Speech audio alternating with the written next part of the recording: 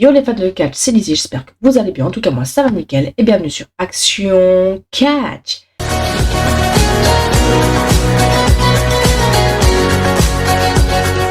Et aujourd'hui, on se retrouve pour les news du week-end. Donc, on perd pas plus de temps et let's go. Au programme, on va parler de la Bloodline qui ne sera pas au complet à Elimination Chamber. La Bloodline sans Jey Uso. Mick Foley a reçu un énorme choc dans un match. On va voir quel match et quoi comme choc. Et changement de plan pour Cody Rhodes à WrestleMania. On commence avec la première news.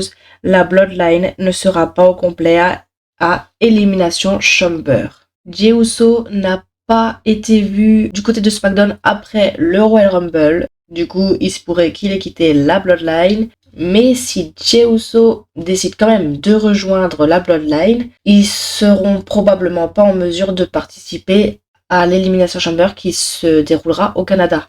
Alors les Uso et en particulier Jimmy Uso sont tous les deux peu susceptibles d'apparaître à Montréal au Canada où se déroulera Elimination Chamber compte tenu de leur histoire parce que Jimmy Uso a toujours des accusations en instance.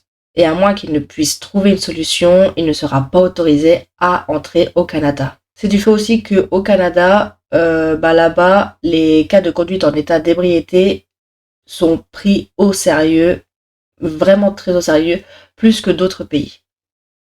Et du coup, les Usos peuvent ne pas être autorisés à entrer au Canada. La Bloodline sans Jey Uso et la WWE a des plans intéressants pour la Bloodline après le départ de Jey Uso. Jey Uso aurait réagi à son absence, disant qu'il se séparait de la Bloodline, mais voilà, rien n'a réellement été confirmé. Pour le moment, on n'en sait pas plus, on est un peu dans le flou, mais rien n'a réellement été confirmé. Et il se pourrait même que Solo Sikoa et Jimmy Uso ont fait équipe après le SmackDown dans un dark match. Dave Meltzer du Wrestling Observer Radio a noté qu'en raison de l'absence de Jey Uso dans la storyline, Solo Sikoa aurait remplacé Jey Uso et il aurait fait équipe avec Jimmy Uso. Et du coup, Solo Sikoa pourrait remplacer son frère Jey tout en utilisant la règle Freebird. Voici ce qui est dit. Braun Strowman et Ricochet doivent lutter contre The Uso la semaine prochaine. Donc c'est bizarre. Alors peut-être qu'ils ne peuvent pas empêcher Jey d'entrer. Peut-être que Solo, est-ce qu'ils peuvent faire ça? Je suppose qu'ils en ont quelque sorte établi cela à Raw. Le truc d'Adam Pearce. Je sais que Jimmy et Solo ont fait un match sombre contre Gallows et Anderson hier soir. Donc bien sûr à SmackDown quoi. Donc ils leur donnent de l'expérience en tant qu'équipe. Ou au moins un match en tant qu'équipe. C'est peut-être là qu'ils iront. Mick Foley a reçu un énorme choc dans un match. C'est lors d'un épisode de Foley is Pod. Il a dit que le chokeslam était comme l'un des mouvements les plus risqués du sport. Et il se souvient d'un match à Fayetteville, en Caroline du Nord, où il a pris un chokeslam de l'Undertaker et il a souffert d'une hémorragie interne.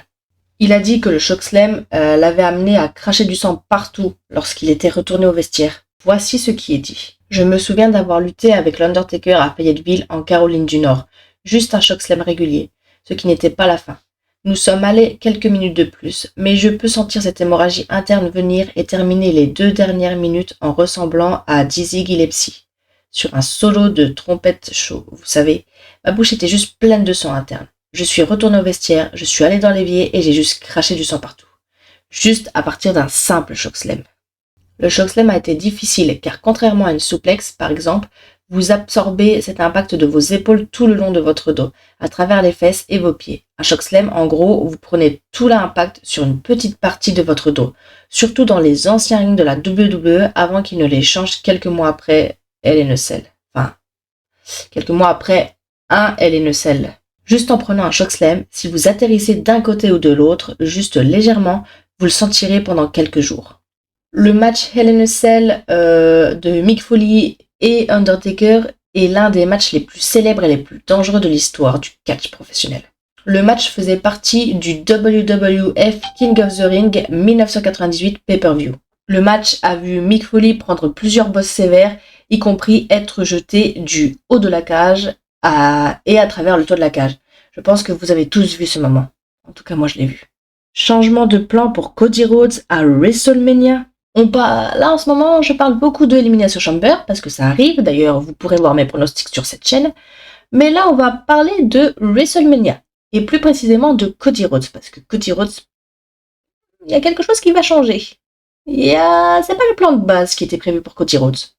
Dave Meltzer du Wrestling Observer Radio explique que la WWE change son plan pour WrestleMania. Cody Rhodes était initialement censé s'attaquer à un seul des titres de Roman Reigns, mais la WWE ne crée pas de nouveaux titres pour le moment. Donc voici ce qui est dit. La clé est qu'il ne crée pas un nouveau championnat sur l'émission du samedi soir. Oui, il parlait de faire un deuxième titre samedi soir. Si c'était Roman et The Rock, alors ils allaient créer un championnat samedi soir que Cody aurait probablement fini par gagner. Mais c'était Cody, Drew ou Rollins qui allaient sortir de celui-là. Ils en créent un deuxième parce qu'ils veulent revenir à 2 titres. Du coup, Cody Rhodes doit remporter les 2 titres. Voilà, Roman Reigns mettra ses 2 titres en jeu du coup. Et Cody Rhodes a expliqué à Raw qu'il allait remporter les 2 championnats de Roman Reigns.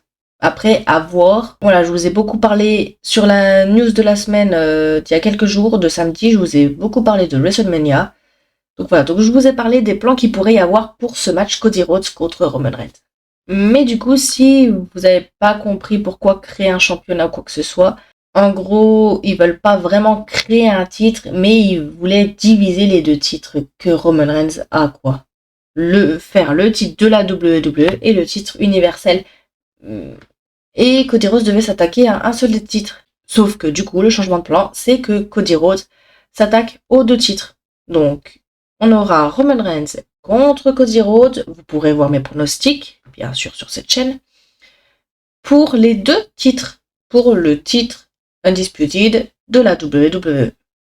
Et voilà, c'est la fin de la vidéo. J'espère qu'elle vous aura plu. Si c'est le cas, n'hésitez pas à liker, à commenter, à partager la vidéo. Abonnez-vous à ma chaîne en activant la cloche des notifications. Et puis moi, je vous dis à samedi pour les news de la semaine. Et ciao les fans de catch.